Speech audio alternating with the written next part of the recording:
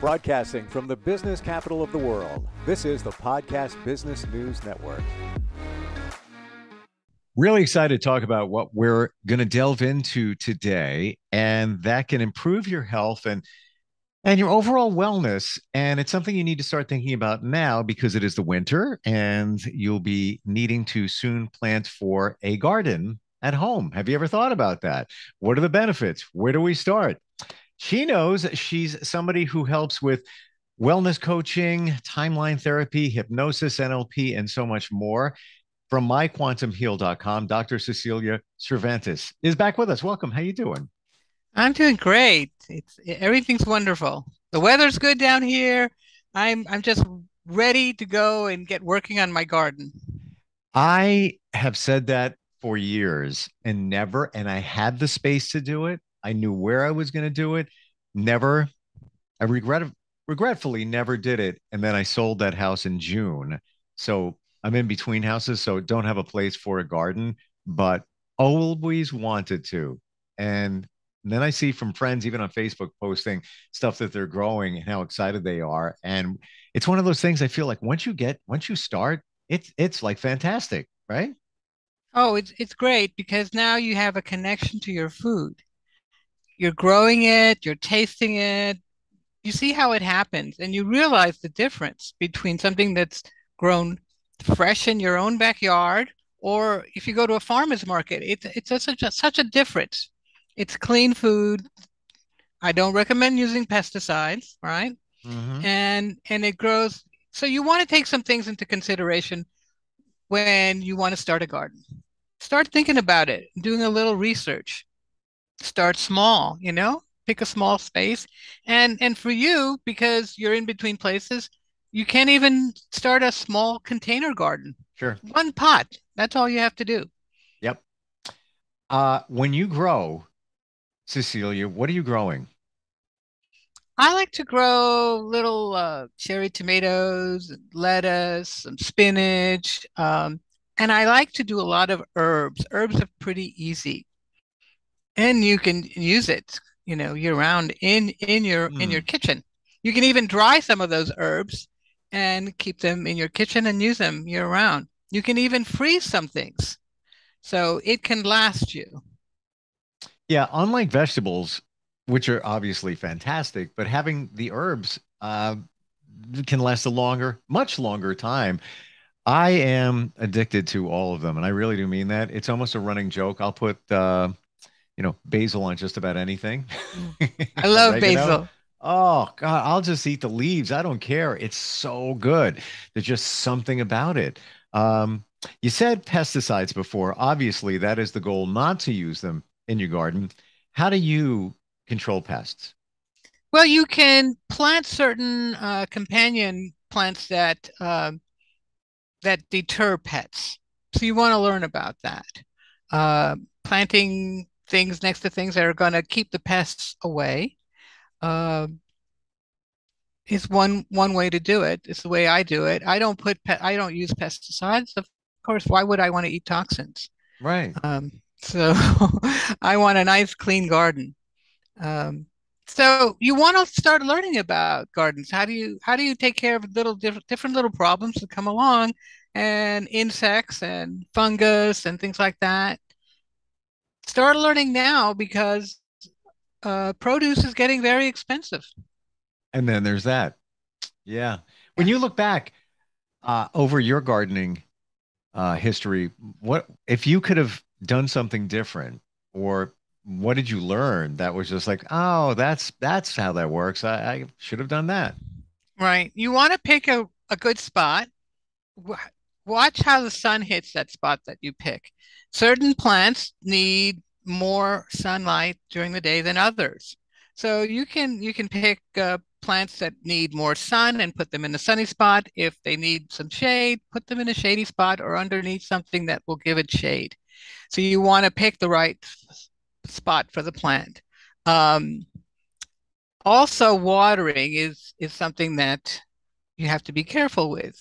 Make sure that you can have a source of water for your plants. Otherwise, a few bad days of heat, you could lose them. So watering, sun, and your soil also is also important. What is your soil like? You can get it tested. You can send it to a state agency or what have you Mhm. and test the soil. Make sure that you have enough nutrients in the soil. And if not, that you can feed the soil. You can build the soil, make it healthy. You can use compost. So set up a little composting area. That's Hmm. important as well. And then you're doing things in a good fashion. We we Using Go ahead. we talked about herbs. Are they relatively easy to grow versus, let's say, vegetables? I find them easier to grow than vegetables. I myself, um, they can grow pretty fast. Some of them, Mhm. of course, conditions have to be right. I love to grow basil, and once you get that going, you can have a source of basil for quite a while. So they need to be planted in the right place with the right soil, having enough sun, having enough water. The conditions are what's important. And you can do a beautiful little herb garden. It might be a little easier to take care of in certain respects, um, and just keep it going year after year. In your opinion, what's the easiest vegetable to grow? The easiest vegetable to And grow. again, that's it in your experience. Somebody might say, hands down, tomatoes, whatever. Um, Stuff that you've grown so far. Uh, Spinach Really? has been, yeah, there's certain varieties. It depends on the variety. So you want to know, what varieties are you growing? Some Hmm. will be easier than others. And again, if the conditions are just right, you can have good luck with certain vegetables and not so good luck with others. Yeah, and I guess it depends on where you are because everybody's soil is Yeah. different, so it might accommodate differently. I love spinach. I had it last night as a side dish at a restaurant, and I will Mm. admit, probably shouldn't have done this, but I had it sautéed with oil and stuff in there. I could have had it steamed, but I said to myself, I'm going to treat myself, and it was If you good. have it, yeah, if you cook it with olive oil, then that's pretty healthy. That's Yeah, good. You're getting a good fat.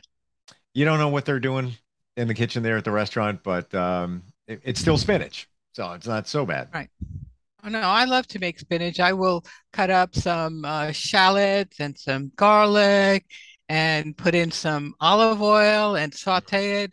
Oh, So delicious. oh, with a little garlic in there. Oof, there. Love garlic. Oh, same here. You can, and it's good for you, right? Garlic is great for you, great for your heart, great for your blood pressure, great for many things. It's very anti-inflammatory and, on and on. It's wonderful. Yeah, there is something to be said, when you're growing your own stuff because you're accountable for it. Listen, you could buy organic vegetables, so at least you're closer to knowing what's there. But to your point, the prices are going up, especially for organic. I'll always buy organic. Doesn't matter what the price is, unless it gets insanely expensive, but you know that you're doing something better for yourself. Exactly. And if it's very expensive, well then occasionally treat yourself with that certain vegetable that's very expensive. But if you can grow some of this, you would appreciate it. You can also do aquaponics. That's something that's taking off quite a bit. So Yes. there, and you could get a great harvest with that. Oh my gosh. I have one friend in Florida and he is like the tower garden guru. And for anybody that doesn't know what a tower garden is, it's just this big, call it a 5 foot plastic structure where you put plants in, little tiny plants just sprouting. And on the back end of it, it's receiving water and nutrients continuously or on a timer. You can add grow lights to it and you can put it anywhere indoors. And but the grow lights make up for not having a sunny spot. It was just incredible how fast it grew for my friend. He is now a guru and the moderator of a Facebook group that has like 20,000 people, 20,000 fans on there. And that's you go on there and that's where you learn about it. Yes, and that's the great thing is that you can learn about any type of gardening online nowadays. There's a lot of material there. There's lots of books, and just start somewhere. It'll take you somewhere else, and you'll never look back, really.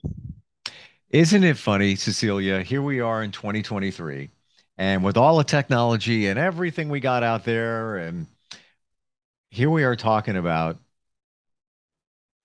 living off the land, essentially, just like they did, 1,000 years ago, whatever. And then you have this connection to your food that is incredible. There's an appreciation Yes. for how things are made, how they're grown, and how it tastes. Such a difference. Let's go there now with that. Coming out of your garden, as opposed to buying something in a grocery store, do you really notice a completely different taste? Like it is so much fresher and just a complete difference. It's an incredible difference. Wow. What people don't know is some people don't know this, that some vegetables that you might see in the supermarkets out of season. So, well, how do they get there? Well, they store them in big warehouses and irradiate them to keep them from rotting away, so that they can sell them at a later time. Did not know that. It was my assumption that they find a place in the world where they're still growing. Wow. Okay. So we're talking about, let's say, well, tropical fruits can come year round, depending on where they bring them in from. But I guess to keep the cost down, if they have fruits Yes. locally or in the United States, when you say irradiate, what exactly is going on there? Um, I don't know. They're doing something to it, some kind of process Okay. that keeps them from rotting. Wow. And that can't be good next to the pesticides that are probably in it, unless it's organic. Can't be good, except, when you take a look at what they do, even to make it look good in the store, putting chemicals, dyes, waxes on fruit and vegetables just so it looks good when it's there in the stand. Right. So this is where I prefer to shop locally Hmm. and get to know the farmers, go to farmers markets. We need more of those. Um, and then shop seasonally, whatever's in season, that's what you're going to eat. If you want to preserve some of your own stuff out of season, freeze it.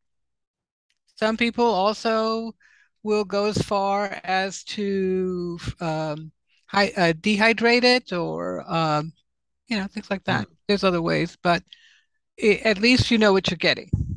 In your garden, do you start with a juvenile plant, or do you grow from seed, or a mix of both?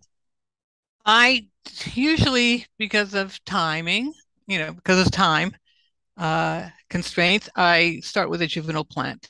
And there are people who are very good at setting up a whole area where they can start it from seed indoors early on, before the winter is out. And they've got grow lights, and they've got little pots that they grow them in, or what have you.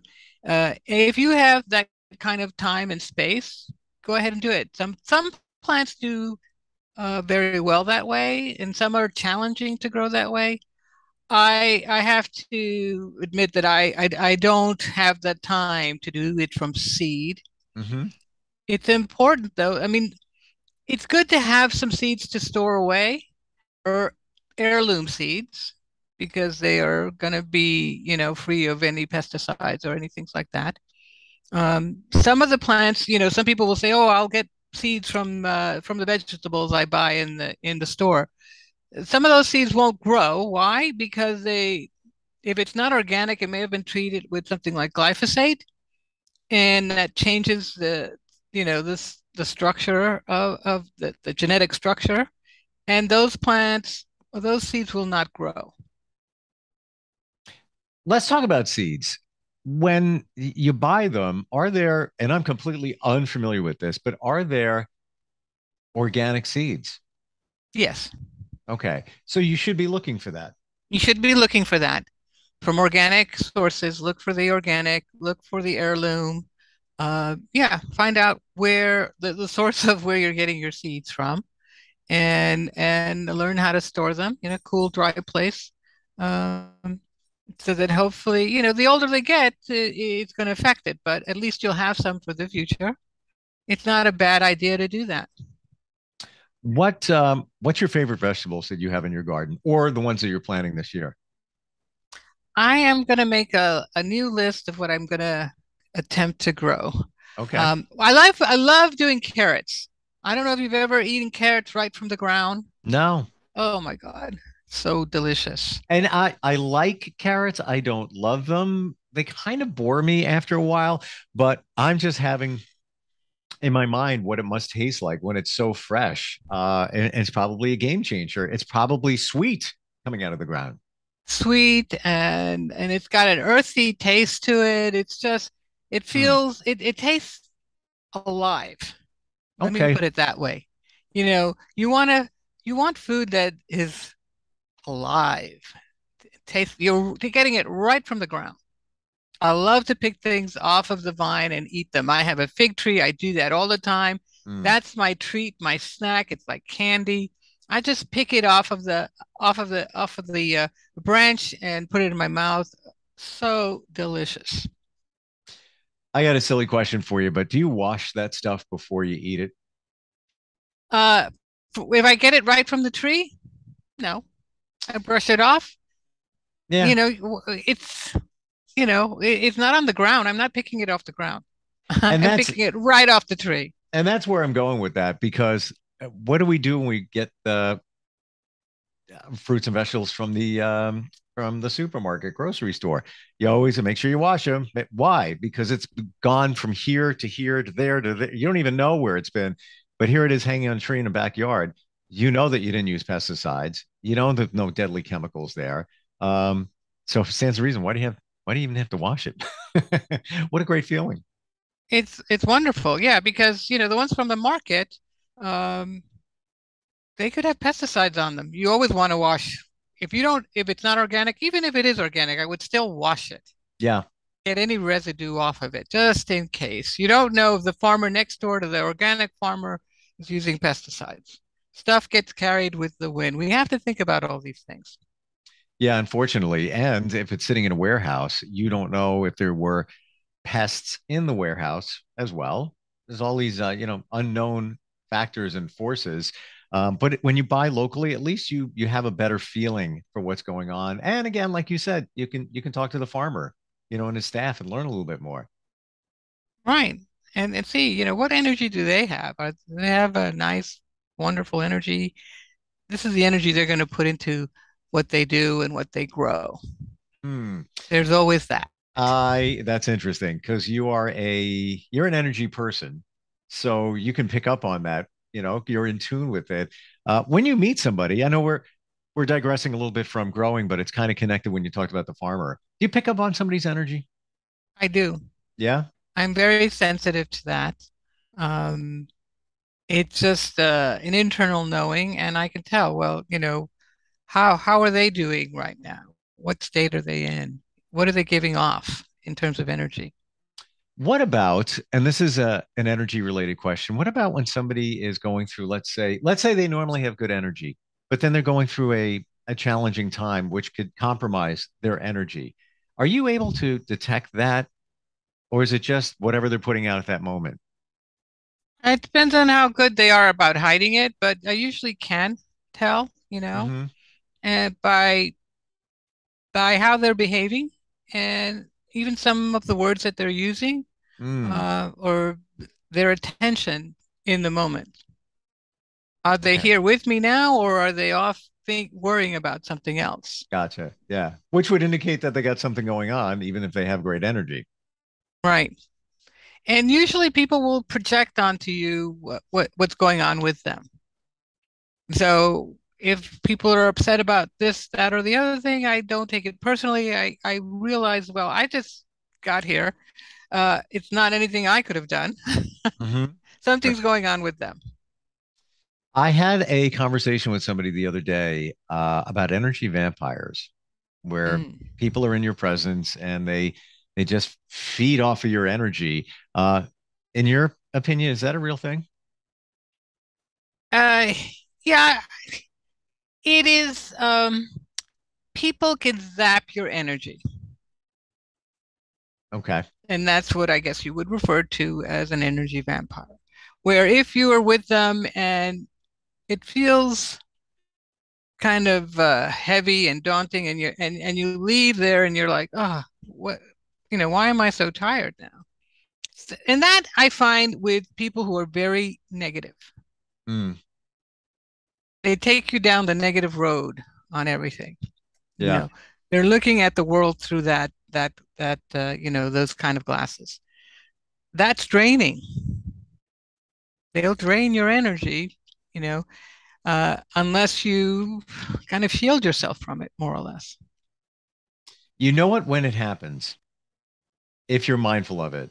And I had a situation, not a situation, but was at the gym the other day, and there's a guy that I'm friendly with, know him through the gym. We've hung out outside of the gym, a few times, groups of people. He tells everybody I'm his therapist because he's always dumping problems, and I give him advice. Um, and he's there talking with me. And then there's another guy who he knows who's considerably younger, but they know each other somehow. And now it's the three of us, and we're all talking. And I felt like my energy was totally on this other guy, stranger, don't even know. Name's Dan, just met him. I felt like we were in the same zone, whereby the guy I know from the gym, call it a friend, he's got this negative energy. And everything is even if it's not something bad, it's got a negative energy slant to it. And it just got to the point where it's like, all right, guys, gotta go. And I wanted to move on, but I could tell in the eyes of his friend who I just met that he was picking up on it like, yeah, this guy is just like draining us, man. It's time to, go back to the workout. Um, my point here is like when you think of it, you can identify those people that are zapping your energy, whether they're doing it intentionally or not, right? Yeah, you can, just notice how you feel around them. So every time I'm around this particular person, I end up feeling like I need a nap and or a Mm. drink. Yeah, It's right. just so negative. It will take your energy. And I always approach it with an open mind. Well, maybe he'll be different today and the energy will be different. So, yeah, I'll say hi, we'll have a conversation, or he'll walk over and I'll engage in a conversation, but usually it doesn't change. Usually it doesn't. And what we do in NLP is we do a pattern interrupt. How do you do There, that? how do you do that? Well, here they are in their little negative spiel, and then you just kind of say, "Hey, what's that over there? Did you see that?" You've just changed the subject. Okay. And you've deflected away from what they're doing. Yes, do Hmm. anything, act silly, pretend you're coughing. Oh my goodness, I gotta go. I got this cough, whatever. Interrupt the pattern and get out of there. Yeah, it's almost like taking a rock and throwing it into a pond and the ripples. It's time to change the energy. That's energy too. That's Yes, energy as well, different type of energy, as is when you grow your own food. There's energy there, though everything is energy. So I've even everything. heard many times, maybe we've talked about this, that Reiki practitioners Reiki their food because they want the best outcome, including meats, because you don't know the situation of the animal, and maybe it was a stressful situation, and therefore you're ingesting that. Exactly. How did they dispatch the animal? Was he in a state of extreme stress? Then he's pouring out all these stress hormones into the meat, and that's what you're eating. So, yeah, everything is energy. Yeah. Everything is energy. You walk into a space and you can feel the energy of the space. Um, is it positive? Is it negative? Do you feel good here? Or do you feel like you want to get out? I've I've felt that before where I've just said, you know what, I have to go. And I leave. That's it. We're Yep. done. Yep. Yeah. It's you know it when you feel it. It's getting Yes. in tune with it. Knowing the signs, the feeling that you get when you walk into a room and or you go to a party and you just either you feel, wow, this is really good. I'm glad we're here. I'm going to stay for a while, or you walk into another one and say, something's not right here. You know what? I'm going to get out of here early. Just not feeling right. It's the energy of the people. Exactly. Energy of people. Yeah. Yeah. At this stage of my life, if something doesn't feel good, I'm leaving. Yeah. That's all. Yeah. You know, isn't it interesting, Cecilia? As you get older, your tolerance, I call it your patience for that kind of stuff or that negative energy starts, it's much smaller. Like when I was younger, I'm like, all right, I'm going to hang out a little bit longer. Well, I'll suck it up a little bit. Not anymore. It's like, why do I want to do that? Why do I want to be around negative people? You don't have to put up with it, and you No. realize you don't have to. And then it's very empowering if you take your energy back and you leave. Yeah. Well, I think it also goes back to what we talked about once before, self-care. It's like taking care of yourself, realizing the symbols, the signs of what's going on there. Um, Quick final thought. And we're not endorsing here or anything, but Yeah. are there any vendors that you buy any of your farming, growing supplies from, a distributor that you feel comfortable with their seeds or anything that come to mind? Oh, I know trying to remember the I know it's names. January, so it's you haven't Yeah. been touching that stuff in a while, but I don't know if there was any names that resonate or companies. There's one that has heirloom seeds on its name, and I can't remember the exact name, but you know, there's some you can read on the packages, that they are heirloom, And what and is that? What does that that's mean what you for want to any look for. somebody's not Those sure? are older seeds. They're not genetically modified.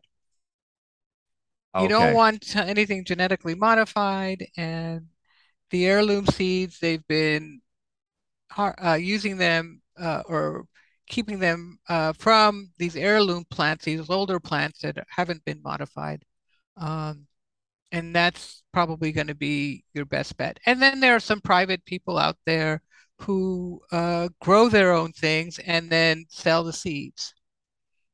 Like Uh, here's a name for you, Strictly Medicinals. okay. All I right. love I love his stuff. And so uh, some people who write books on organic gardening may also have a source of seeds that they sell. So now you have this connection, and you know who's putting it out, who's making it. I appreciate There that. are, yeah, and then there's some seed saver groups out there. You can look for organic seed savers. Um, Ask the farmers too, Hmm. if they have seeds that they sell. Sometimes they do. And then when you start growing your stuff, learn how to save your seeds. True. Yeah. And that's where I was going with that. Even heirloom seeds as a novice, I don't even know what that meant. I wasn't totally sure. But why would you even want to start? You're growing a garden and you have genetically engineered seeds. It's almost it's like shooting yourself in the foot. Yeah, those Yeah. seeds won't even grow, to tell you the truth. Really? And yeah, they're genetically modified to not reproduce. So if you're going to get a genetically modified vegetable or fruit or whatever and try to grow those seeds, good luck. Wow. Okay. The stuff we learn, and that's why we're here. All good stuff. Start thinking about that if you're going to do a garden, because you got to get, you know, talking about March and April. Some stuff you want to start planting or planning for it, depending on where you live in the country. Your website is myquantumheal.com. There's a lot of information on there about healing, about wellness, about diet, nutrition, and Dr. Cecilia Cervantes. Always great having you on here. Really is. It's always a lot of fun for me too. Yeah, learned so Yeah. much and look forward next time we get a chance to get together. Have a great weekend. Thank You you, too. Steve. Thank you so much. We're coming right back.